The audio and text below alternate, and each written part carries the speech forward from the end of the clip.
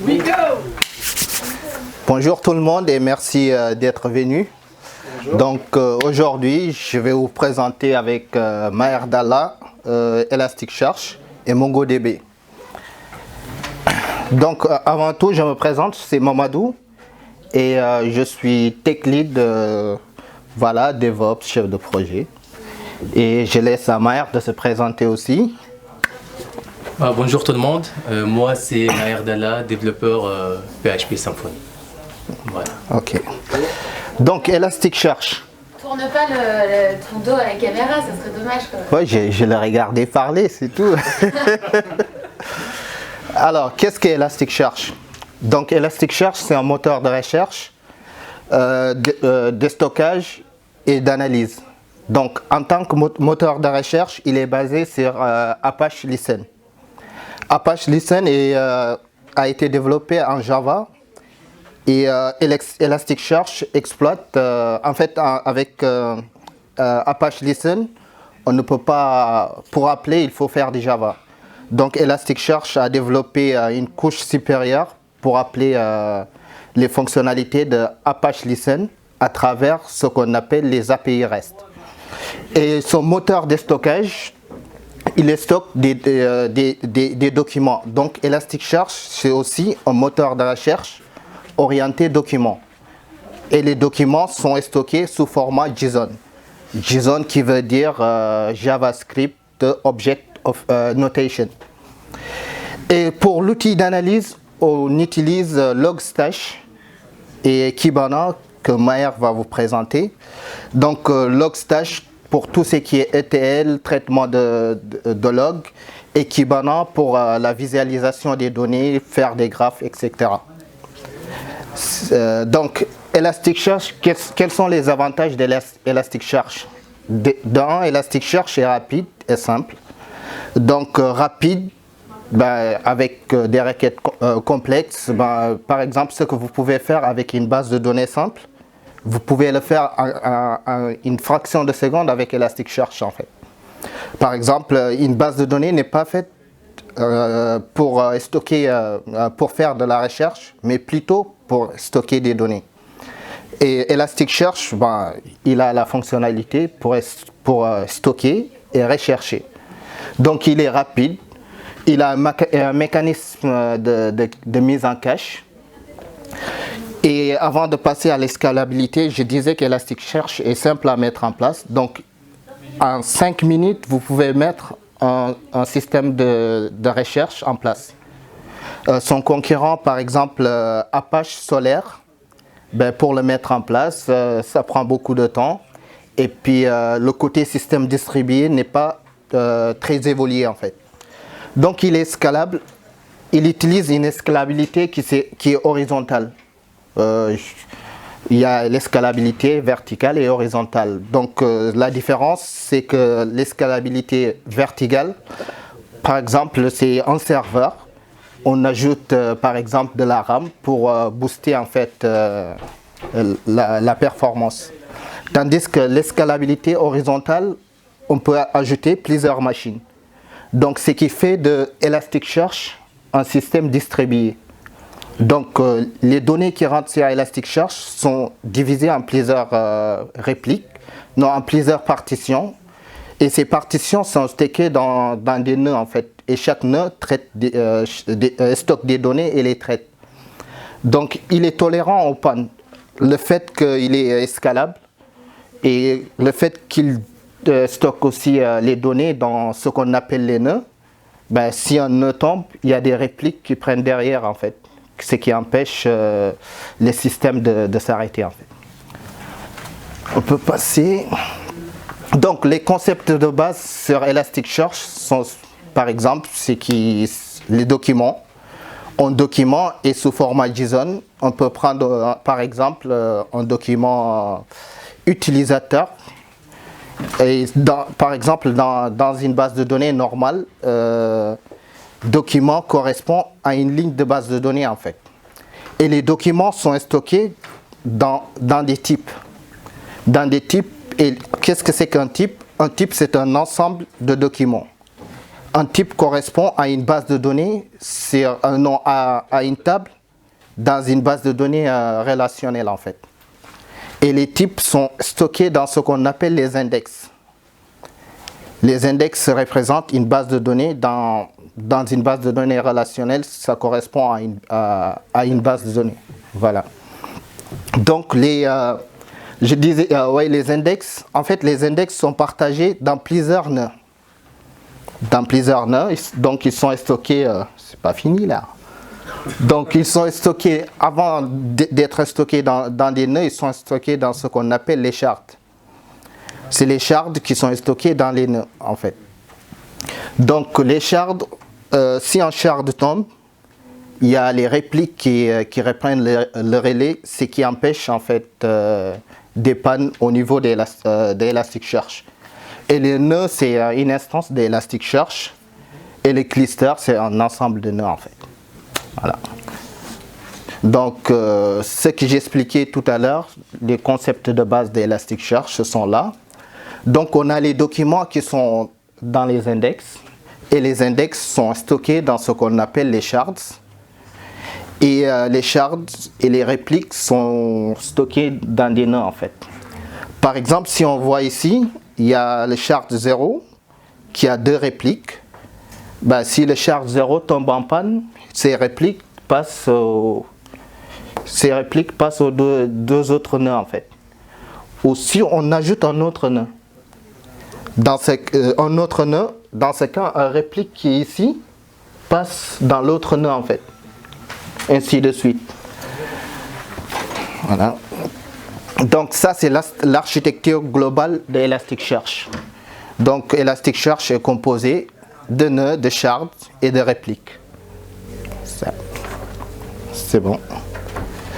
J'ai fait une petite comparaison entre Elasticsearch et les bases de données relationnelles. Donc, base de données correspond à index, et table correspond à type, et ligne correspond à document. Les colonnes sont les champs et les propriétés, en fait. Voilà. Donc, dans les bases de données relationnelles, on peut utiliser Elasticsearch avec des bases de données relationnelles, en fait, ou d'autres bases de données qui ne sont pas relationnelles. Par exemple, on peut utiliser MongoDB avec Elasticsearch, qui est très efficace d'ailleurs.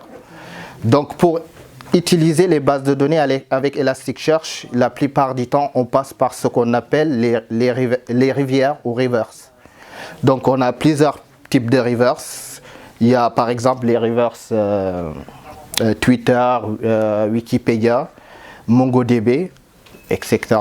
Donc, ces rivers ont pour rôle d'injecter des données dans Elasticsearch. Donc, s'il y a une modification dans la base de données, ben, Elasticsearch met à jour directement les index, en fait. Voilà. Donc, c'est ça l'importance des rivers. Donc, maintenant, on va vous parler d'Elasticsearch dans le Big Data. Avant de passer à Elasticsearch Hadoop, ben, je vais vous parler déjà de ce qui est le Big Data. Donc le Big Data, c'est la manipulation des gros volumes de données et la gestion des stocks des gros volumes de données, en fait. Donc on a plusieurs types dans le Big Data, des types structurés et des types non structurés, en fait. Par exemple, tout ce qui est vidéo, qui vient de Facebook, des réseaux sociaux, en fait. On peut dire que c'est des données non structurées qu'on peut les exploiter après, en fait. Donc, c'est l'exploitation des gros volumes. Donc, le Big Data est basé sur trois principes, en fait, ou 3 piliers, qui sont le volume, la variété et la vélocité. Le volume, c'est le traitement des gros volumes et leur stockage. Et la variété, ben, c'est la variété des données. Il y a des données qui viennent des réseaux sociaux, des téléphones, etc. Et la vélocité, c'est la fréquence de traiter ces gros volumes. C'est bon. Donc, quand on parle de Big Data, les technologies les plus utilisées sur le Big Data sont Hadoop, MapReduce et MongoDB. Donc Hadoop, il sert de data lake. Data lake, c'est-à-dire un entrepôt de données. Donc on peut stocker les données avec Hadoop. On peut aussi faire des traitements en parallèle en fait, parce que c'est un système distribué. Et MapReduce en général, il est lié avec Hadoop. Donc MapReduce, ce qu'il fait, il divise les problèmes en sous-problèmes et donne les tâches à chaque nœud. Et chaque nœud traite les données. Et il y a Reduce qui collecte le résultat et le faire sortir en fait. Et MongoDB, on connaît, c'est une base de données NoSQL aussi, qui a le même format, NoSQL, format JSON, mais eux, ils le nomment Beson en fait. Pour binary, le B remplace binary en fait. Voilà. Donc, je vous ai présenté un petit chameau. Pardon? Juste un petit rapport par rapport à MapReduce. Oui. En fait, MapReduce, c'est un algorithme. Oui. Et Hadoop, c'est l'implémentation de cet algorithme. D'accord. L'idée, c'est que MapReduce, ce qu'il fait, c'est comme tu viens de le dire, c'est qu'il divise le traitement en sous-tâches. Exactement. Et il envoie les données. Ouais. Chaque partie de données sera traitée dans le NoState. Ouais. C'est un algorithme qui a été publié par Google. Et Hadoop, il a implémenté ce. Par exemple, Hadoop, il y a un système de fichiers qu'on appelle HDFS. C'est ce fichier qui stocke les données. Et MapReduce, il prend les données, il les coupe en petits morceaux. Voilà. Et il y a le nœud principal qu'on appelle le master. C'est lui qui réunit en fait les données et il le donne en sortie. Par exemple, il peut le donner à MongoDB ou Elasticsearch ou Splunk, voilà, ou Spark, voilà quoi. Ouais. Donc, t'es en retard toi.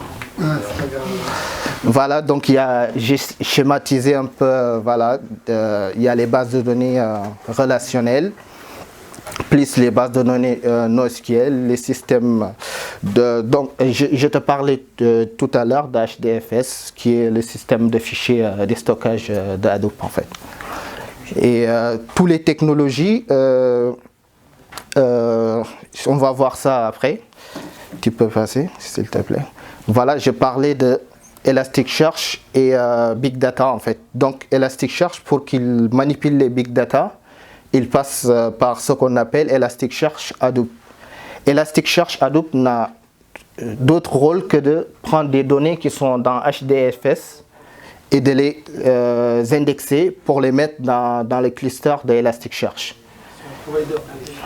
Voilà, on peut dire ça. Ou en rivière. Une rivière, voilà. Voilà. Parce que tout à l'heure, je parlais des rivières de données, donc Elasticsearch a mis rivière pour... Voilà, c'est ça. Donc, il y a un outil qui s'appelle Elasticsearch Hadoop qui injecte les données dans Elasticsearch pour qu'ils soient traités et visualisés et pour qu'on puisse aussi faire des recherches plus rapides en fait. Donc, ce que j'ai expliqué tout à l'heure, donc il fait l'indexation des données, l'analyse complexe avec une faible latence et la visualisation, donc un outil monitoring sur Kibana. Et côté sécurité, il utilise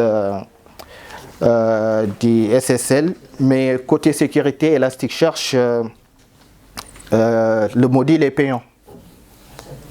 Pour appliquer la sécurité, en fait, l'authentification, tout ça, il faut un plugin qui est payant, qui est dans le pack des suites Elasticsearch. Donc, Elasticsearch adopte, il est compatible aussi avec Spark et tous les autres outils Big Data, Cassandra, MapReduce, Pig, voilà. C'est bon. Donc, pour communiquer avec Elasticsearch, on passe par ce qu'on appelle des API REST. Donc, à travers les APRS, ben, on peut attaquer Elasticsearch, soit avec du Java, de l'Android, C# et du PHP bien sûr. Ouais. Il est là. Ouais. Donc l'API REST, on sait ce que c'est. Ben, les commandes qu'on utilise avec l'API REST, ben, c'est les méthodes, c'est get, post, put, delete, etc. En fait, il y a un code de retour, voilà. Ouais. Donc c'est ça qui est schématisé ici. Donc avec n'importe quelle application ou site web, en utilisant, par exemple, si on veut créer des données, ben, on peut passer par un put et pour récupérer un get et pour supprimer le delete en fait. Voilà. Donc là c'est un exemple d'indexation de données avec Elasticsearch. Je disais tout à l'heure qu'Elasticsearch est simple. On peut même, si vous voulez, après faire une démo, ben, ça prend quelques secondes pour l'installer. Et pour indexer des données, il suffit juste d'appeler une URL pour indexer ces données en fait. Voilà, ça c'est juste un exemple que j'ai fait avec Postman. Donc voilà, l'URL locale, c'est dans mon localhost en fait. Donc le port de Elasticsearch c'est le 9200 et là j'ai Xteam comme index et article comme type. Donc j'ai donné un ID 1 pour indexer. Voilà, j'ai mis ça comme voilà. Pourquoi c'est put, c'est pas post? Pourquoi? Pourquoi c'est put, c'est post normalement? Ordinateur post, c'est pareil. Bon. Oui, bon. Put c'est pour moi, c'est pour mettre à jour. C'est pas grave. Ouais, c'est post. C'est ça, c'est Ouais. mise à jour, c'est parce qu'il a mis le ID. Tu peux revenir. Tu peux revenir? Là, les clés de recherche, en fait, si tu veux chercher des données sur Elasticsearch, Oui. c'est laquelle en fait? C'est qu'il se passe sur quelle clé en fait? Quelle clé, c'est-à-dire? Genre là, je tape Jean, ça va me donner ces données-là. Oui. Je tape article Elasticsearch. Ouais, ça on va voir ça après. Je vais te montrer. Parce que là, si tu veux que je te montre Jean, après article par exemple, je vais faire un get ici. Après article, je fais underscore cherche. Après je mets 2 points. Je mets le mot que je cherche en fait. Et là, par exemple, s'il y a plusieurs gens dans le texte, il va retourner tout et en plus, il va te donner le total, le score, tout ça en fait. Allez, je te laisse continuer. Ok, c'est presque fini. Hein, ne vous stressez pas. Donc, pour récupérer des données, on passe par la méthode get. Et voilà, après on valide. Et le retour, c'est un JSON, tu peux passer. Donc le retour, c'est comme ça en fait. C'est type version, voilà, titre. Ça, c'est le retour en fait qu'on a. Et pour supprimer une donnée, c'est la méthode delete. C'est simple.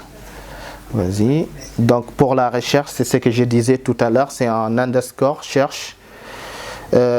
Qui comme query et j'ai mis Elasticsearch pour qu'il me cherche le mot Elasticsearch dans le texte en fait. Donc il est sensible à la chaîne de caractères. Il n'y a pas un index. En fait, moi je connais pas du tout Elasticsearch. Oui. Je connais base de données. Oui. Donc il y a ce qu'on appelle l'index ou la clé de recherche dans tous les cas. Oui. Mais là il se base sur la chaîne de caractères. Donc il va parcourir en fait toute la base. Il faut parcourir Tout l'index. tous les champs pour avoir le même extraction. Plutôt Tous les champs. Ouais. tous les fichiers GSA qui ont indexé sur la clé. Bah voilà, tous les fichiers, tous les champs. Ouais. Tous les champs sont indexés. Voilà. Et donc il cherche la chaîne de caractères. Ouais. En plus, il C'est a pas un ID ou un plus, il a Tu peux accéder par ID aussi, et comme il a fait tout à l'heure, il met l'ID 1. Donc là où il y a Elasticsearch, il va le chercher tant qu'il est indexé en Je fait. veux comprendre cette sensibilité, ou cette rapidité à la recherche. Oui. Parce que là, sur des bases de données relationnelles, genre MySQL et Oracle, machin, Ouais. tu as des index qui vont accélérer les requêtes en fait, que tu lances. Mais là, c'est tellement fort que tu mets la chaîne de caractères, elle va parcourir en fait toutes les données dans ce nœud, pour récupérer. Je ne sais pas quel est le volume le de secret données, et tout de ça. data, mais est-ce que c'est ça? C'est cette chaîne de caractères, lui, il va... Il se débrouille. Après, il y a des analyseurs que tu peux ajouter, par exemple. Tu peux chercher un texte, par exemple, où vois-tu, par exemple, ou avec accent, par exemple, et tu mets un analyseur français, il est capable de chercher ce mot exactement dans... Avec cette rapidité. Voilà, avec cette rapidité. Donc, tout à l'heure, tu parlais des bases de données relationnelles. Les bases de données, il faut savoir, ils ne sont pas faites pour faire de la recherche. Leur métier, c'est de déstocker, en fait. Malheureusement, voilà, on l'utilise. Par exemple, moi, lorsque j'étais venu chez Publicis, j'étais venu, on m'a dit on veut mettre une moteur de recherche en place, mais en utilisant ce qui existe, l'existant en fait. J'ai dit si c'est ça, moi je ne peux pas avancer avec. Je peux mettre Elasticsearch en place. Après ils m'ont dit non, c'est quoi Elasticsearch? Ils ont demandé, ils ont même fait des audits avec les créateurs de Symfony pour savoir si Elasticsearch, ils ont dit si vous avez les ressources, vous les mettez en place. C'est là où, avec mon équipe, on a mis en place Elasticsearch, on l'a implémenté pendant 2 ans. Et voilà, je reçois jusqu'à présent des messages de félicitations à cause de ce que j'ai mis en place. En fait. Voilà. On peut passer, Mister. Donc la recherche, le résultat de la recherche, on voit par exemple, il nous donne tous les données, par exemple le total, les scores. Et voilà, il y a... s'il y a eu un time-out ou pas en fait. Donc il y a tous les détails en fait. Donc Elasticsearch, MongoDB. Donc MongoDB, on connaît, c'est un système de gestion de base de données orienté documents. Et sur MongoDB, on parle plutôt de collection. Donc une collection est composée de plusieurs documents en fait. Et on utilise aussi une base de données dans MongoDB. C'est une base de données NoSQL. Et tout à l'heure, je disais qu'il est format JSON, mais on parle plutôt de Beson. Et c'est un moteur de stockage qu'on utilise souvent sur du big data en fait, avec Hadoop en fait. Des fois, on l'utilise comme data lake aussi, donc comme entrepôt de données. On peut l'utiliser aussi comme pour la sortie au lieu de l'utiliser en entrée en fait. Voilà. Donc c'est une base de données qui est rapide, qui stocke les données en JSON. Mais quand on fait des recherches avec MongoDB, quand on a plus de volumétrie, la recherche commence à ramer. C'est le contraire avec Elasticsearch. La recherche reste constante en fait. C'est ça la différence, un peu de différence avec Elasticsearch. Elasticsearch, vous pouvez bombarder avec beaucoup de données, mais la recherche reste constante. Mais tandis qu'avec MongoDB, la recherche commence à diminuer quand la volumétrie s'augmente. Qu'est-ce qu'ils ont fait en fait? Parce que j'arrive pas à assimiler, genre... Oui. Tu vas savoir, t'es pas ça, elle va expliquer. Hein? Quoi? Expliquer. Non, vas-y. Non, parce qu'il a posé la constante de résultat de recherche. Je me tais, c'est bon. Je te laisse. Non, vas-y, si tu peux. Non, c'est bon. C'est bon? Continue. Donc il y a une comparaison entre Elasticsearch et MongoDB. Donc Elasticsearch, pour indexer les données, il faut mettre un schéma en place. Donc il faut structurer les données. Et tandis que dans MongoDB, on n'est pas obligé. Voilà, on peut avoir, je sais pas, un document utilisateur, on met nos prénoms.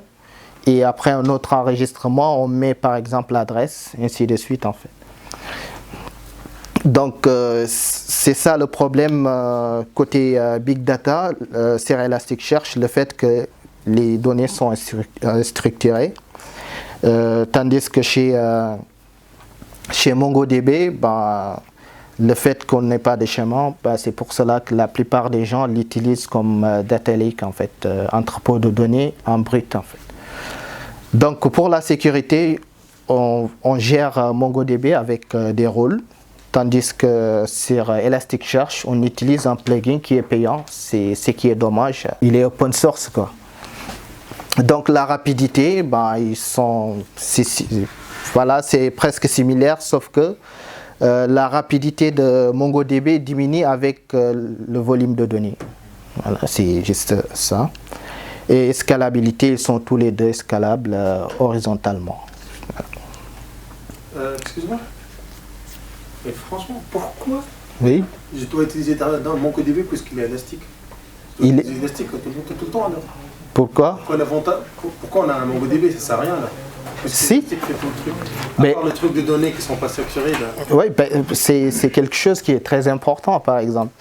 Par exemple, tu veux faire, je ne sais pas, tu veux faire un algorithme qui te prend, par exemple, tes amis sur Facebook, faire une correspondance avec les amis de tes amis.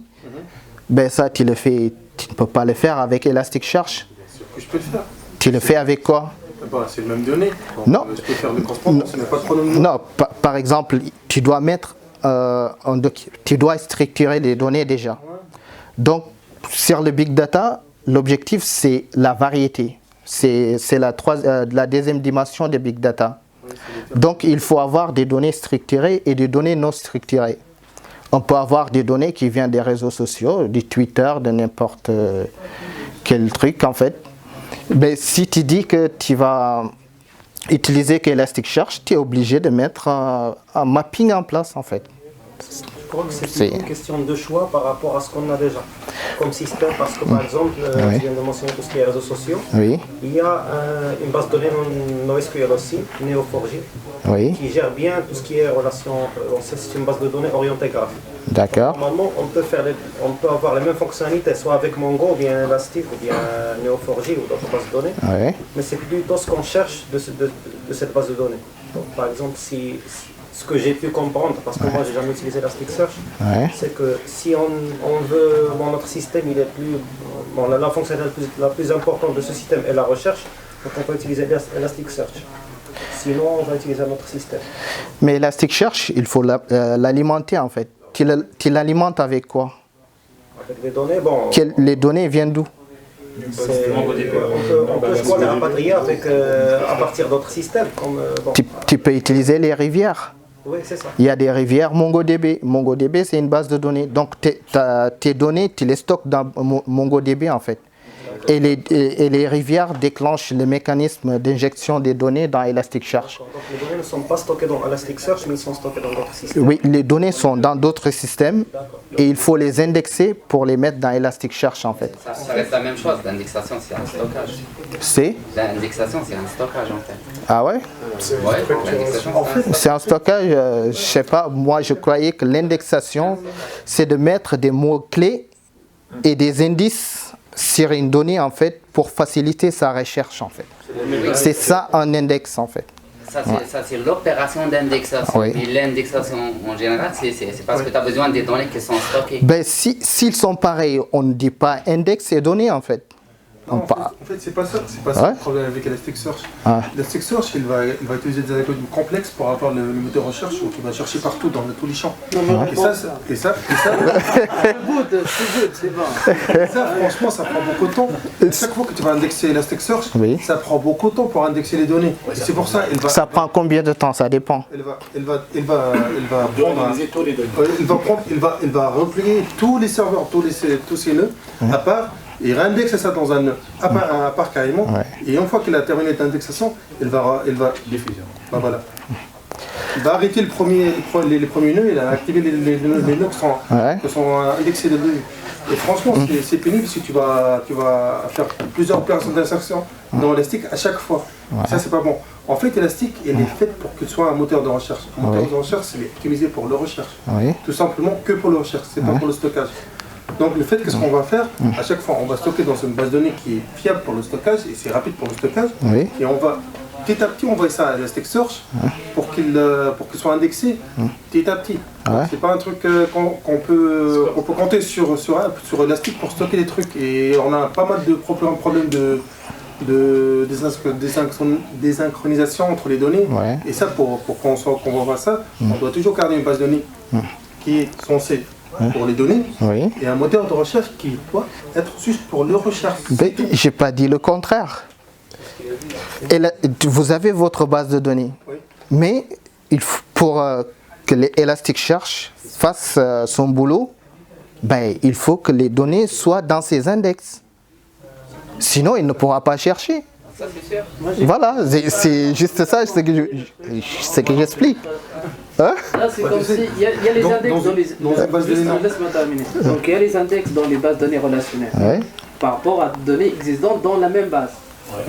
Donc là, ce que tu dis, toi, en fait, il y a une base, genre MongoDB ou n'importe quelle autre base de données.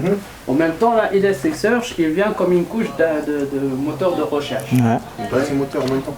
Voilà, mais comment lui, il sera plus rapide que la base elle-même. Donc lui, il va interroger la base, en fait. En fait, ce que tu vas faire, tu as une base de données, il y a plein de données. Il faut transférer ça à Elastic.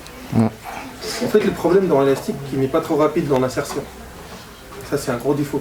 Parce qu'à chaque fois, elle doit réindexer toute la base de données pour que l'algorithme soit fiable. Sinon, ça va être lent. C'est comme les autres bases de données. Voilà. Donc, ce que je dis, oui, c'est vrai aussi. C'est que les données sont mergées avec l'index. Moi, je vais te donner un exemple que j'ai te fait un retour d'expérience sur ma dernière mission. Ça fait 2 ans que je travaille sur Elasticsearch. Donc, on avait des données, voilà, pour importer les données sur, il était moi, on importait les données sur Oracle. Les données, ça pouvait faire une journée pour importer. On pouvait faire une journée. Mais pour indexer, au début, on a utilisé Elastica Bundle avec Symfony. Ça nous prenait 2 jours pour indexer. Mais j'ai laissé de côté, j'ai mis en place un script en fait pour indexer sans les petits trucs de Elastica Bundle. Et ça nous prenait 3 heures. On est passé de 2 jours à 3 heures. Tu passes par des fichiers directement. Oui, par un fichier, ça nous a pris 3 heures. Mais là, voilà, on disait que l'indexation est lente. Mais là, on a mis en place un script qui nous indexe en 2-3 heures. Non, mais 3 heures, c'est énorme. 3 heures, c'est énorme. Alors que l'insertion dans la base, ça a pris 2 jours. Pour toi, c'est énorme. Non, mais l'indexation, c'est énorme. 3 heures, c'est énorme. Dans un milieu de bibliothèque. Ouais. Ça dépend. Ça dépend Ça dépend aussi de tes machines en fait. Ouais, une journée, 2 jours pour faire le bouton à Elasticsearch, c'est normal. Nous, on a 8 millions à 10 millions de produits et on a pris presque 3 jours. Mais ça, requête par requête, il faut prendre networking, il faut prendre la latency of the network. Il y a plein de choses qu'on... Vous le faites sur AWS? Vous utilisez AWS ou? AWS, oui. Ah d'accord, ok. Ouais. Donc du EMR, c'est ça? Non, on utilise, ou Elastica? on utilise DynamoDB pour la base de données. Ah ok, si, il est scalable aussi? Oui, mais le problème c'est que vu une question du budget, on ne peut pas, c'est parce qu'on paye beaucoup pour DynamoDB. Alors on a utilisé Elasticsearch pour une question de recherche bien sûr. Ah d'accord. Et ça nous évite de payer plein de... Raison de plus, maintenant Elasticsearch est cloud aussi. Tu le trouves dans le cloud. Est-ce que les données, ça existe dans Elasticsearch ou il existe que dans la base? Non, les données sont dans la base, mais tu les indexes, tu indexes ce que tu as besoin, tu le mets dans Elasticsearch. D'accord. Si j'ai besoin de toute la donnée, toute la donnée sera dans Elasticsearch, voilà. Plus rapide. On ne fait pas la recherche sur notre base de données, que ce soit Mongo, soit une base de données SQL, mais on fait la recherche sur Elasticsearch. Elasticsearch, il cherche les données stockées dans lui-même, mais Elasticsearch, il doit être alimenté à partir de la base existante.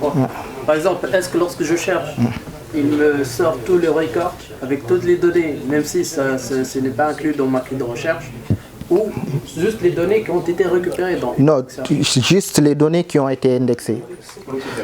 Les données qui ne sont pas indexées, il ne les voit pas. C'est comme Google en fait. Un moteur de recherche, c'est quoi? C'est la création d'index et de chercher dans les index, c'est tout. Ce que Google fait, il indexe des documents, Et voilà, nous si on cherche, il trouve tout ce qu'on cherche dans les documents, c'est ce qu'il fait. Mais si le document n'est pas indexé, on ne le voit pas en fait. À chaque fois qu'on insère une donnée dans la base de données MongoDB, il faut relancer l'indexation. Non, avec les rivières, ben, l'indexation est faite automatiquement en fait. Ouais. Automatique, genre comme un trigger à chaque insertion. Oui, comme un trigger, oui, c'est ça. Même avec Elastica Bundle, je crois, sur Symfony. Oui, tu fais la question. Au moment du sauvegarde de données dans des bases relationnelles ou bien des bases MongoDB par exemple, la synchronisation avec la base Elasticsearch, se fait à travers les rivières. Oui, les rivières, oui. Est-ce que je peux faire un mapping de sorte à indexer seulement par exemple 2-3 champs? Oui, c'est ça. Je donne un exemple, dans un tableau par exemple, j'ai 10 colonnes, 15 colonnes on va dire. Moi dans ma base Elasticsearch, je veux seulement avoir l'ID et le nom seulement. Ouais, tu mets en place c'est possible de mettre un système de mapping, de sorte à sauvegarder seulement les données dans le besoin. Par exemple, sur Elastica Bundle, ben, c'est presque une obligation de mettre en place, c'est conseillé même de mettre en place un mapping en fait. Parce que si tu ne le mets pas en place, c'est Elasticsearch même qui va créer son propre mapping en fait, à ta place. Donc c'est mieux que tu mettes le mapping en place. Comme ça, tu peux même mettre des analyseurs, par exemple si tu veux chercher, je ne sais pas, en arabe ou en... Voilà. Moi j'ai évoqué ce sujet-là pour parler de l'optimisation du système de synchronisation des données dans la base Elasticsearch. Parce que tout à l'heure vous avez parlé de la volumétrie des données. Donc avec le mapping, je pense que c'est un moyen pour limiter en fait la volumétrie des données. Surtout optimiser le temps de stockage. Ouais, je suis d'accord avec toi aussi. Et je sais qu'il y a Renault. Ils utilisent Elasticsearch juste comme un data lake en fait, comme un stockage de données, rien d'autre, mais pas pour la recherche. Et ces reverse sous forme de quoi en fait, cette communication, c'est sous forme de quoi? Toutes les communications de Elasticsearch, ça passe sur des API REST. Est-ce que la synchronisation là ne perturbe pas l'utilisation de la recherche au niveau de... Non, pas du tout. Parce que... S'il y a une synchro en même temps, une personne cherche la donnée. Tu cherches, il y a des données qui sont déjà disponibles sur d'autres nœuds. Donc il cherche sur ces nœuds, s'il y a de la nouvelle donnée, il peut aussi chercher sur ces nouvelles données en fait. Ouais. Donc c'est un système distribué. Pardon? Ils sont indexés. Oui, s'ils sont indexés. Dans la procédure d'indexation, la visibilité ne sera pas visible. Si, on peut... Tant que tu ne casses pas l'index, on peut chercher dans l'index en fait. Non, ce que je veux dire, c'est que si on met des données dans Elasticsearch et le process d'indexation il est en cours et quelqu'un fait une recherche en même temps, ben, la visibilité de la donnée, ça ne sera pas visible vu qu'il est en cours de faire l'indexation. Il n'a pas encore terminé. Non, on peut avoir un retour en fait. Ça, je le faisais, ça ne fait pas longtemps en fait. Quand on indexe, ben, des fois, on essaye de travailler, ben, il y a les données qui sont retournées quand même. Mais c'est un index d'un élément par élément, c'est un index d'un batch de temps. C'est configurable. Merci. Il a fait le meet-up à ma place. Plus des questions. Ok, ben maintenant on va passer au monitoring avec Kibana, Logstash, voilà le suite. Poser une question. Il est là. Le scaling de Elasticsearch. Oui. Comment ça se passe? En fait, il est scalable horizontalement en fait. En fait, concrètement, comment on le configure? C'est un fichier qui s'appelle elastic.yaml et par exemple tu peux augmenter le nombre de nœuds. Par défaut on a 5 nœuds d'Elasticsearch, donc tant que tu augmentes les nœuds d'Elasticsearch, ben, l'indexation et la recherche devient rapide et par exemple, si un index ou si les 5 tombent, il y a le 6e qui est là quand même pour que tu puisses faire ta recherche. Les nœuds, il faudrait configurer chacun des nœuds, installer des librairies spécifiques. Non, pas de librairie. Comme je disais tout à l'heure, Elasticsearch est très simple. Tu l'installes par défaut, tu as les 5 nœuds. Si tu veux avoir que 2 nœuds, tu pars dans le fichier elastic.yaml et tu mets juste, par exemple, par défaut c'est 5, tu changes, tu mets 2. En fait, ce que je veux dire, c'est que les nœuds, il faut installer Linux dessus et installer peut-être SSH ou je sais pas quoi. Non, Parce que comme sur Ansible par exemple, tu te crées un playbook. Un playbook, tu le configures, voilà, je vois ce que tu veux dire. C'est presque pareil aussi. Ton playbook, il représente ton elastic.yaml en fait. C'est là où tu configures tout. Ouais. D'accord. Et du coup, il se connecte via SSH pour s'installer. Qui est Elasticsearch? Elasticsearch. Il utilise SSH pour arriver à s'installer sur d'autres machines. Non, en fait, tu as plusieurs machines que tu installes séparément Elasticsearch. Oui, chaque... Et là, tu vas dans une configuration, tu mets que... Tu vas sur chacune des machines. Oui, tu vois que c'est un slider, et il va faire le nœud automatiquement. Non, tu configures qu'une seule machine. Et les autres, vu que tu as déjà installé Elasticsearch, ça va se connecter directement. Sur toutes les machines. Oui, sur toutes les machines, oui. Il est scalable horizontalement en fait. Tu passes sur le serveur. Mais sur un seul cluster Elasticsearch, tu peux avoir, sur une seule machine, tu peux avoir plusieurs instances d'Elasticsearch. Vous avez dockerisé le... Non, non, on ne l'a pas essayé. Ou quand vous utilisez AWS, comment vous faites pour... C'est Service Manager, tu n'as pas besoin de voir. Sauf tu as une limitation de nombre de... C'est parce qu'il a un queue pour le nombre de connexions concurrentes. C'est limité à 200, tu ne peux pas la changer. Sinon, tu fais une demande. Tu peux faire une demande à AWS pour qu'il t'augmente. Oui, tu fais une demande si tu veux augmenter. Ouais. Et tu payes.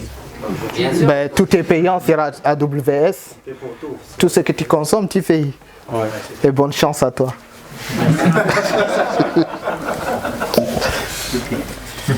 Donc là, on va attaquer en fait la suite de LK. Donc Mamadou, il vient de présenter la lettre E, c'est Elasticsearch. Et maintenant, on va présenter Logstash. Donc Logstash, c'est un outil de collecte, d'analyse et de stockage des données. Donc Logstash, il permet en fait de collecter en fait les données qu'on va analyser. Généralement, en fait, ce sont des logs. Après, on va analyser en fait ces données et une fois analysées, on peut soit les enrichir, soit les stocker et l'envoyer en fait vers une source de sortie.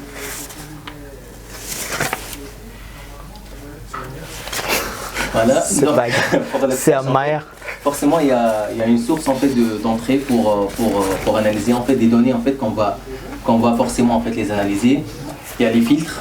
Après ça, c'est pas obligatoire en fait. Ces filtres en fait, ils vont permettre en fait de parser généralement en fait les données d'entrée et les outputs en fait les plugins en fait de sortie, c'est où est-ce qu'on va envoyer en fait ce qui a été analysé ou bien ce qui a été entré vers Logstash. Donc là on va présenter quelques exemples en fait de plugins d'entrée. Donc les fichiers de log en fait, soit des logs, soit d'autres sources de données en fait qui vont être envoyées. Donc généralement on utilise en fait des flux en fait d'événements à partir de fichiers en fait des fichiers de log qui sont stockés dans nos serveurs. Soit en fait les sources de données get en fait c'est un format en fait de données généralement utilisé via une connexion UDP. Qu'on peut l'envoyer vers Greylog ou bien vers Logstash. C'est quoi Greylog? C'est un outil qui permet la visualisation des logs. Voilà, c'est comme Kibana en fait. La visualisation des logs aussi, ça ressemble un petit peu à Kibana. Il y a les Logstash IMAP, donc on peut lire en fait nos emails via un serveur IMAP. Ces emails en fait ils peuvent être envoyés directement avec Logstash et là en fait on peut les analyser aussi et les stocker. Ou bien à partir en fait d'une API Twitter par exemple. Donc on peut communiquer avec Logstash via des API en fait via en fait des inputs en fait bien spécifiques qui sont disponibles, qui sont en open source aussi, qu'on peut les installer et l'utiliser pour enrichir en fait notre base Logstash. Donc là c'est un exemple de configuration qu'on peut utiliser sur Logstash. Ici on a pris un exemple de système de fichiers. Donc le pass, il faut en fait spécifier où est-ce qu'on peut récupérer notre fichier de log. Le 6DB en fait c'est en fait un pointeur en fait d'où est-ce qu'il va commencer. Donc là il va attaquer en fait un fichier, il va lire en fait les données à partir des fichiers, et il va pointer en fait où est-ce qu'il s'est arrêté. Donc là s'il va réanalyser après les données, il va commencer où il s'est arrêté. Et là, start position, donc là on peut spécifier, on peut dire en fait il faut commencer par le début du fichier. Ici en fait, c'est un exemple en fait d'un fichier de log en fait qui va être transmis à Logstash. Donc là, si on a de la chance, il suffit en fait d'adapter ce genre de fichier de log en fait pour les analyser. Sinon, il y a plusieurs types de formats d'input en fait qui vont être utilisés et qui vont permettre en fait à Logstash d'analyser ces données.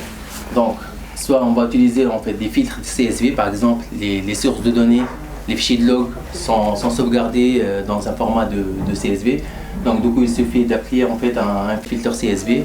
Donc, ce filtre, il va analyser directement les fichiers CSV sans faire en fait une manipulation extra. Il y a des filtres aussi pour les fichiers JSON et il y a les filtres GROG en fait qu'on va présenter après. Et là, c'est le plus utilisé. C'est un filtre en fait qui va prendre en fait en charge des formats de texte qui n'ont pas qui sont un peu en fait non régulières en fait. Et à partir en fait de ces textes en fait, on va adapter en fait une stratégie pour parser en fait ce texte. Donc GROG en fait, ce qu'il a par exemple. Maher. Oui. Tu as une question? La relation entre Logstash et Elasticsearch. Différentes relations. Tu vas voir ça. Ça arrive. Juste la relation. Entre.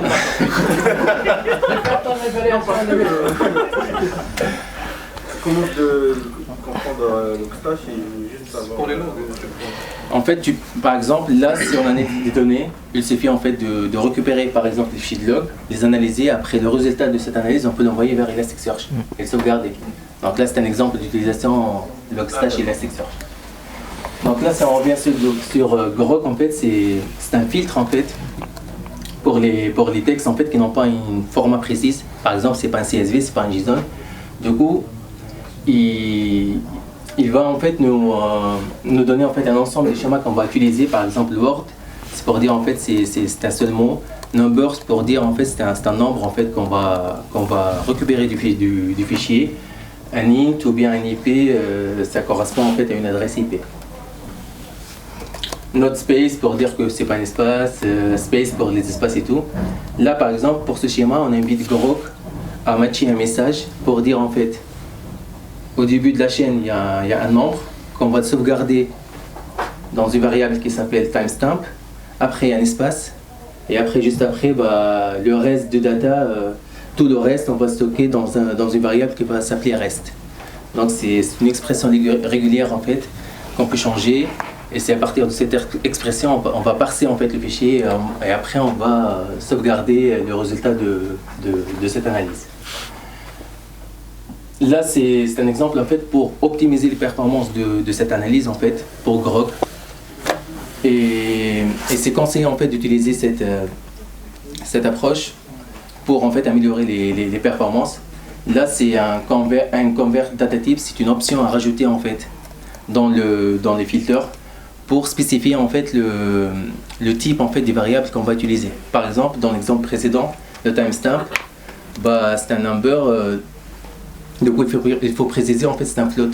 Comme ça en fait ça permet à GROG en fait de bien analyser les données et après voilà ça va accélérer en fait tout ce qui est conversion des fichiers.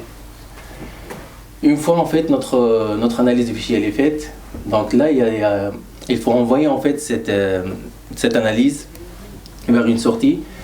Et après, il y a plusieurs en fait, destinations. Du coup, on peut utiliser plusieurs plugins en fait, qui vont permettre à exporter en fait, cette analyse. Donc, par exemple, on peut exporter notre analyse vers des fichiers CSV. Donc là, on a récupéré par exemple des fichiers de log. On va appliquer nos filtres. Et une fois c'est fait, du coup, on peut envoyer le tout en fait, vers des fichiers CSV où on peut spécifier en fait, le format de limiteur. Ici en fait il y a l'exemple en fait, pour envoyer toute notre analyse en fait, vers Elasticsearch. Donc il suffit d'appeler en fait, le plugin en fait, d'output Elasticsearch et là il va communiquer directement vers Elastic. Donc directement c'est dans le fichier de log en fait, il faut préciser bien sûr le host de Elasticsearch pour qu'il envoie en fait, ces données. Il y a Redis aussi, donc on peut envoyer en fait notre analyse vers un cache Redis ou bien vers MongoDB, on peut stocker en fait notre analyse dans une base MongoDB. Donc là c'est un exemple en fait d'output. Ici en fait il a envoyé la sortie en fait vers des fichiers CSV en fait, là le pass, donc le répertoire en fait, là on va enregistrer nos données et les fields en fait, là il a spécifié en fait les champs qu'on va mettre dans le fichier. Sinon, en fait, il y a Elasticsearch ici. Donc là, il a précisé le host, c'est le localhost 1200, c'est là où il va sauvegarder l'analyse. Voilà, donc une fois l'analyse est faite, donc il y a Kibana, en fait, c'est un outil qui permet la visualisation de cette analyse. Donc tout ce qui a été fait en fait côté Logstash, on va bien le visualiser côté Kibana. Donc Kibana en fait il va récupérer soit en fait la sortie en fait de Logstash, soit communiquer directement avec Elasticsearch aussi si on a besoin. Donc là il va récupérer les données et après il va présenter en fait ces données soit en fait avec une présentation graphique, soit des tableaux, soit des cartes. Après il y a plusieurs widgets en fait qu'on va les voir juste après. Donc Kibana ne permet pas de visualiser les logs. Si, il permet aussi la visualisation des logs qui vont venir en fait côté Logstash. Après, ça dépend de l'index que tu vas créer côté Kibana. Donc lui, il va chercher en fait l'index côté Elasticsearch par exemple. Et là, si on prend un exemple en fait, on a analysé nos fichiers de log, on a fait la sortie en fait, on a envoyé les données vers Elasticsearch, vers un index en fait bien spécifique. Après Kibana, il va se connecter avec Elastic, il va récupérer cet index et il va présenter en fait toutes ces données. Et après, pareil aussi, après si tu as les infos en fait côté MongoDB, tu peux communiquer avec MongoDB directement. Donc là c'est juste en fait pour expliquer comment installer Kibana. Donc il suffit d'aller sur le site d'Elastic en fait, il y a une version pour Windows et une autre pour Linux. Une fois c'est fait en fait, il suffit de se connecter sur le port 5602 je pense. Je pense que c'est en Java après. C'est en Java? Oui, c'est Java. Ok. Donc une fois Kibana est installé, il y a le tableau de bord en fait qui va s'afficher. Donc c'est le tableau de bord par défaut de Kibana. Donc pour commencer en fait, il faut forcément définir un index. Donc avec cet index en fait, c'est là où on va choper les données qu'on va présenter. Donc il suffit d'aller dans Management Kibana et après voilà, il y a la liste des index qui vont apparaître. Il suffit en fait de récupérer l'index et de le créer. Une fois c'est fait, après on peut même spécifier les champs qu'on va afficher aussi.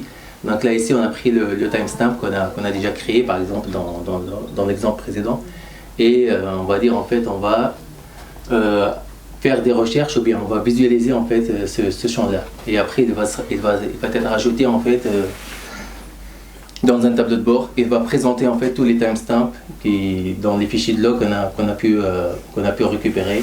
Et là il va les présenter sous forme de graphe. Voilà. Donc la recherche Kibana, donc il y a deux méthodes en fait de recherche Kibana. Il y a le KQL en fait, c'est le Kibana Querying Language. En fait, c'est le langage par défaut à partir de la version 7.0. Et il y a le SIN, en fait, c'est arrêté en fait à la version 6.2. Ce sont en fait deux langages en fait de recherche qui vont permettre en fait la recherche côté Kibana. Et après tout ce qui est en fait querying de ces deux langages, en fait, ils se ressemblent un petit peu, sauf que le KQL il offre plus de fonctionnalités par rapport à Lucene. Donc là, on va prendre quelques exemples en fait de recherche qui vont être faites avec KQL. Donc là, on va faire une recherche dans une zone de texte libre en fait. Donc là, dans un champ de texte libre en fait, là on va chercher dans tous les champs. Donc là, il n'y a pas de précision de nature du champ où on va chercher. Et généralement aussi, il va chercher dans tous les champs. Et le champ source en fait, c'est le champ par défaut du Kibana. Là par exemple, pour catégorie et catégorie ici, donc là il va renvoyer la même recherche parce qu'il n'est pas sensible à la casse. Si on fait une recherche dans un texte libre en fait, donc catégorie avec un C majuscule et catégorie avec un C minuscule, donc c'est pareil. Il y a les recherches en fait dynamiques, si on rajoute une étoile ici, donc là il va compléter avec plusieurs lettres. Et si on utilise le point d'interrogation, donc il va remplacer une seule lettre. Là, si on rajoute les codes ici, il va chercher seulement dans catégorie. C'est comme une recherche Google, par exemple. Si on rajoute les codes, c'est qu'on va chercher seulement en fait dans ce mot-là. Il y a aussi la possibilité de l'enquête superposée. De Anne, par exemple. Oui, après voilà les logiques en fait. Là, on va venir avec ça. Donc là, si on prend par exemple la recherche par champ. Par exemple, si on prend le champ timestamp ou n'importe quel champ en fait. Donc si on effectue une recherche dans un champ spécifique, donc là par exemple pour le Chrome avec un C minuscule et un C majuscule, donc là la recherche elle est sensible à la casse. Donc là il ne va pas renvoyer le même résultat. Pareil aussi pour les étoiles ici, donc il va considérer l'étoile comme un caractère aussi, donc il ne va pas compléter, il va s'arrêter en fait avec un CHR étoile. Pareil aussi pour le point d'interrogation, donc il ne va pas prendre en considération. Là, les instructions logiques, en fait, donc là, il peut combiner aussi, donc là, il peut faire un AND OR avec des parenthèses. Les moins, le point d'exclamation et les notes, donc c'est pareil aussi, c'est juste pour dire notes. Et le plus, ça j'ai oublié. Pour le AND OR et AND, donc pour utiliser les instructions logiques, il faut forcément utiliser les majuscules. Donc là, si on fait un AND minuscule, là, il va pas en fait le prendre en considération. Donc il ne va pas effectuer la recherche avec les instructions logiques. Les caractères. Oui. Si on veut chercher par exemple un OR ou un AND majuscule, si on veut chercher ce caractère, est-ce qu'il y a des ou... soit le mettre entre côtes, donc là il va l'échapper. Sinon, c'est ça en fait, il faut le mettre entre côtes en fait. Comme ça il va le chercher. Ouais. Une petite question là. Oui. Juste une question basique. C'est quoi la différence entre Elasticsearch et Kibana? Ce sont deux outils de recherche, mais... Non, Kibana en fait c'est pas un outil de recherche, c'est pour visualiser en fait. C'est pour présenter les données qui sont sauvegardées par exemple côté Elasticsearch ou bien côté MongoDB ou n'importe quelle base de données. C'est... Monitoring, visuel. C'est pour le monitoring en fait, voilà, je cherche le mot, c'est pour le monitoring. Pour vraiment visualiser. Voilà, c'est monitorer en fait, c'est visualiser et analyser en fait les données en fait, qui vont être schématisées selon des graphes, des vidéos. Finalement, c'est une template Bootstrap qui pourra afficher les données de Elasticsearch.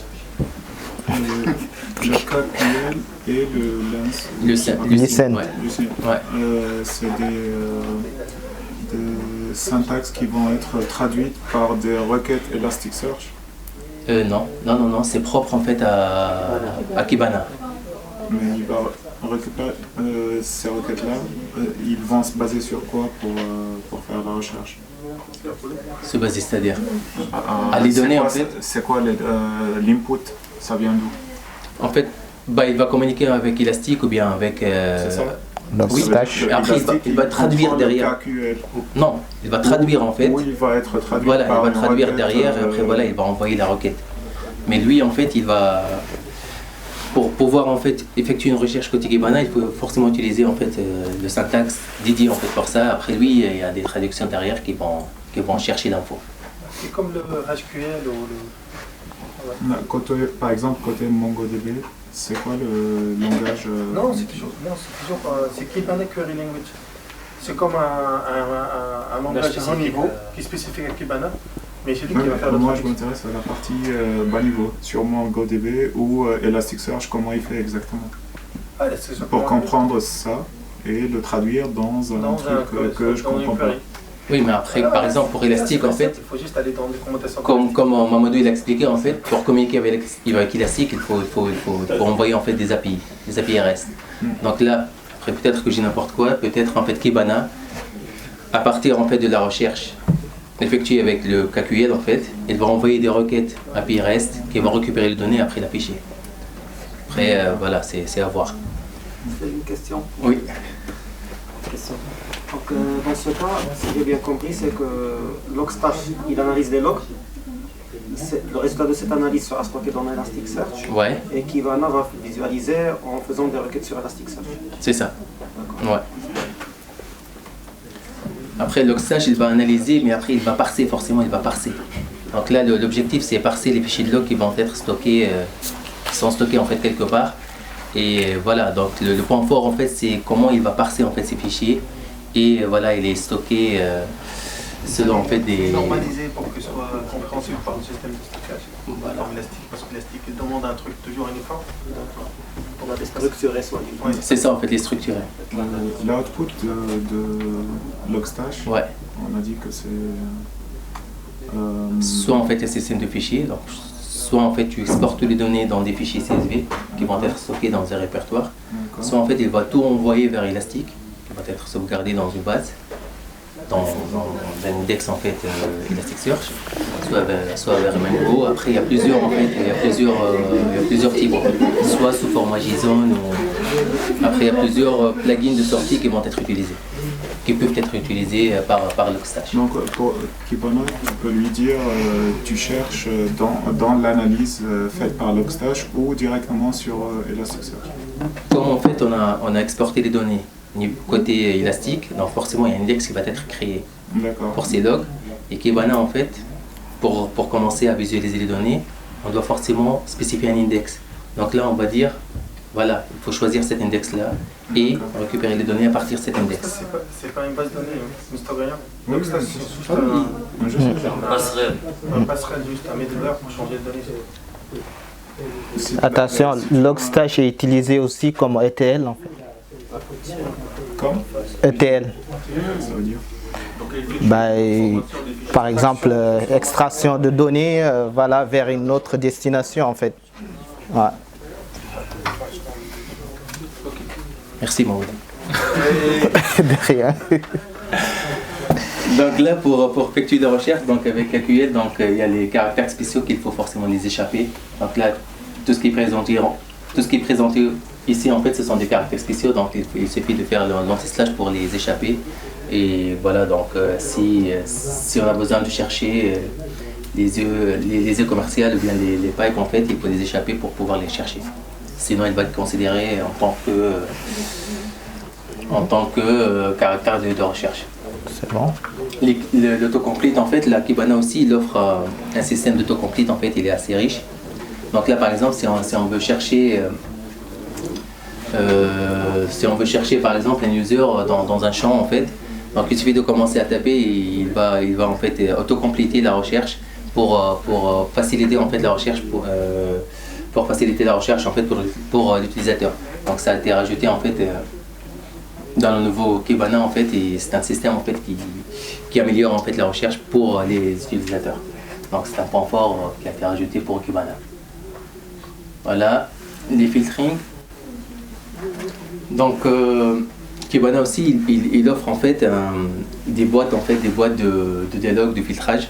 Ce sont des boîtes qui peuvent être créées pour être sauvegardées aussi et pour revenir après les visualiser.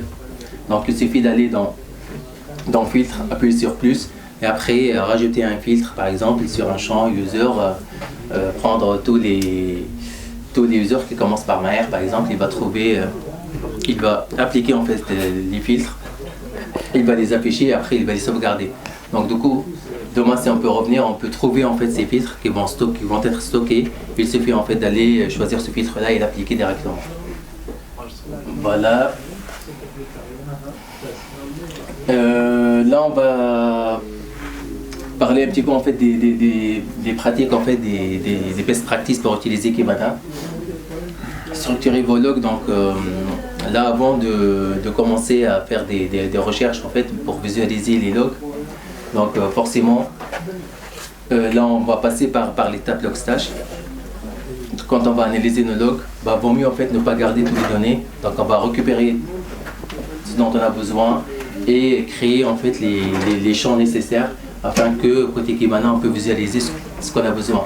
Donc on n'a pas besoin en fait de tout loguer et tout sauvegarder dans un seul champ par exemple. Et là en fait ça va être difficile pour Kibana de visualiser et de comprendre en fait les données qu'on a exportées. Là par exemple, définir vos objectifs en fait c'est que qu'est-ce qu'on veut faire avec Kibana. Donc là on a en fait une base avec des fichiers de log et tout ça. Donc il faut définir dès le début en fait qu'est-ce qu'on va faire avec ces logs. Donc est-ce qu'on va visualiser que les warnings ou bien que les par exemple les erreurs critiques ou bien. Donc dès le début en fait il faut fixer un objectif parce que là si on veut tout voir et on veut tout visualiser côté Kibana, ça sera un peu difficile. Donc il y aura pas mal de graphes et tout ça, après ça sera difficile à analyser. Donc parmi les best practices, donc il faut définir un objectif bien précis afin les points forts en fait de Kibana. Donc là en fait on va parler des agrégations. En fait ce sont des modèles en fait de schématisation des données. Donc là il y a les agrégations métriques en fait pour tout ce qui est comptage, donc tout ce qui est mesure en fait. Par exemple si on veut mesurer la lenteur de processeur ou bien pour mesurer en fait pour compter en fait par exemple le nombre d'utilisateurs qui sont connectés dans un laps de temps. Et après il y a les autres agrégations en fait de compartiments. Donc ce sont des agrégations spécifiques pour les fichiers, pour les analyses des données. Donc voilà, donc c'est un peu compliqué, c'est que généralement en fait ce sont des trucs en fait utilisés pour les statistiques. Donc les gens en fait qui connaissent un peu statistiques, c'est pour pouvoir en fait schématiser mieux en fait ce qu'ils ont besoin. Donc voilà, j'ai pas une grande explication pour ça. Après là en fait voilà, ce sont les agrégations qu'on peut trouver côté Kibana. Donc par exemple les coordonnées du map, il y a la jauge, il y a les métriques, il y a les histogrammes. Donc ce sont tous en fait des options de visualisation qu'on peut utiliser. Donc il suffit de préciser les champs où on veut, qu'est-ce qu'on veut présenter. Par exemple ici on peut présenter par exemple les URL qui ont été consultés ou n'importe quoi en fait. Donc ce sont des outils qui sont disponibles dans Kibana, donc je vous invite à les voir. Donc voilà, je ne les ai pas tous.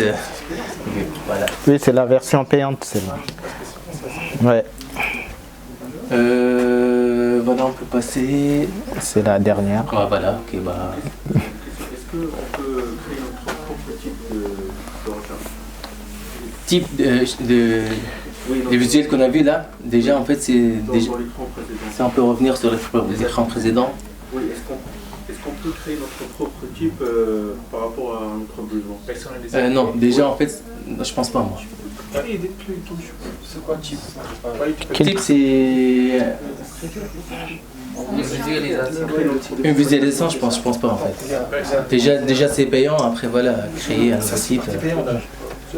On rejoint juste au sujet, la slide d'avant. Ouais. Bien défini, il a dit qu'il faut bien avoir un objectif pour représenter. Tu ne peux pas représenter une valeur quantitative avec des coordonnées map. Ouais. D'accord. On peut utiliser, en fait, même dans la discipline de statistique, enfin, chaque graphe est défini pour un type de données, pour un type d'information. Ouais. C'est-à-dire que tu utilises un histogramme, peut-être pour mesurer, pour avoir une loi 20 sur 80.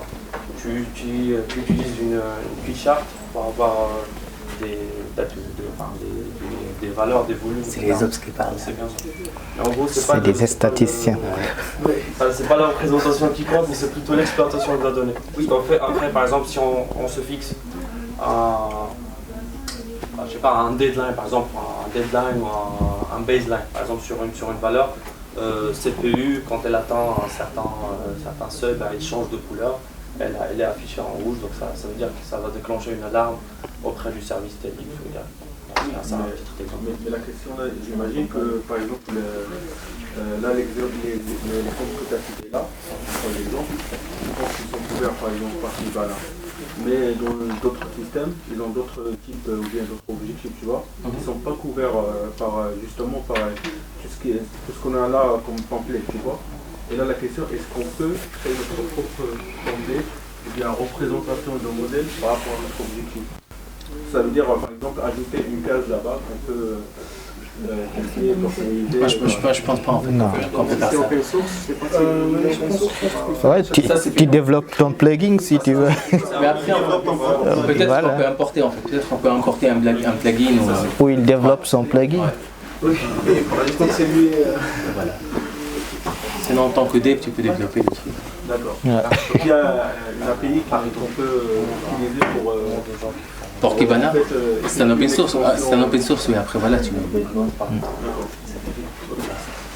Voilà. C'est le dernier. Merci pour votre attention. Voilà, donc merci pour votre attention.